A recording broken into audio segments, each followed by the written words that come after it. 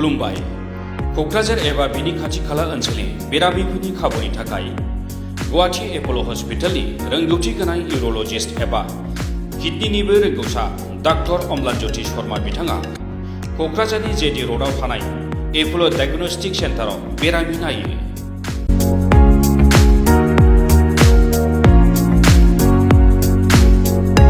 जायफोर बेरामिहा हासुनायनि जेंना जेरै हासुदैया एसेल' गनाय खनले खनले हासुनाय ओंखारनाय हासुनाय समाव आलौनाय थामहिनबा किडनियाव अन्थाइ जानाय किडनिनि टिउमार केन्सार प्रस्टेटनि जेंना एबा प्रस्टेटिक केन्सार टिउमार आइजो आरो गथ'फोरनि हासुनायाव जेंना जानाय एबा इउर'लजिकेल जायखिजाया जेंनानि थाखाय स्क्रिनाव होनाय फन नम्बराव नोंथांमोनहा कन्टेक्ट खालामनो हागोन।